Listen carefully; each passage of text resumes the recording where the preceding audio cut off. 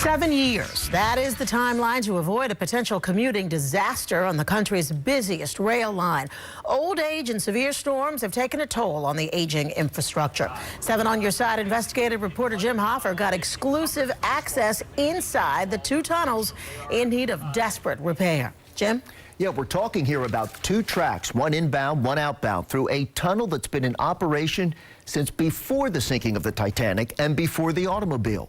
Tunnel deterioration has accelerated since Sandy, and as you're about to see, repairs are urgently needed.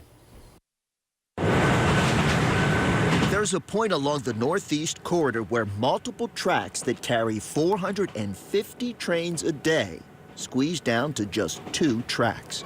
Amtrak's Hudson River Tunnel, a 2-mile tunnel under the river with 1 track heading into Penn Station and 1 track heading out. It flooded the tunnel, it covered the bench walls. Although Storm Sandy flooded the tunnel more than 5 years ago, it continues to do damage. The salts and chlorides, the chemicals left behind, are still in there. They're continuing to eat away at the concrete that lines the bench walls. Days ago, Amtrak gave us an exclusive look inside this tunnel. By most accounts, it's the most important one in the nation. We wanted to see firsthand the deteriorating conditions. We have issues of concrete spalling, coming off, falling down onto the track. Piece by crumbling piece of corroding concrete moves the day closer when this critical 107-year-old tunnel will have to be closed. It needed attention before Superstorm Sandy, but Superstorm Sandy really just ratcheted up the urgency here. Amtrak estimates it has 10 years at the most before the tunnels need to be shut down for extensive repairs. Right now, 450 Amtrak and New Jersey transit trains cross the Hudson River through the 2 rail tunnels every day.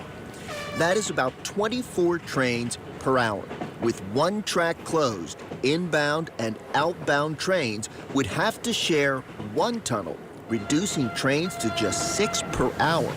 A cut in rail service of 75% that would last for the entire 4-year project. That's why we refer to this as the most urgent infrastructure program in the country, because it is unacceptable to have 10% of the nation's gross domestic product relying on single points of failure that are 107 years old. With time running out, the need to build a new rail tunnel has reached the 0 hour. A new tunnel would allow Amtrak to close the existing tunnel for repairs without crippling train service.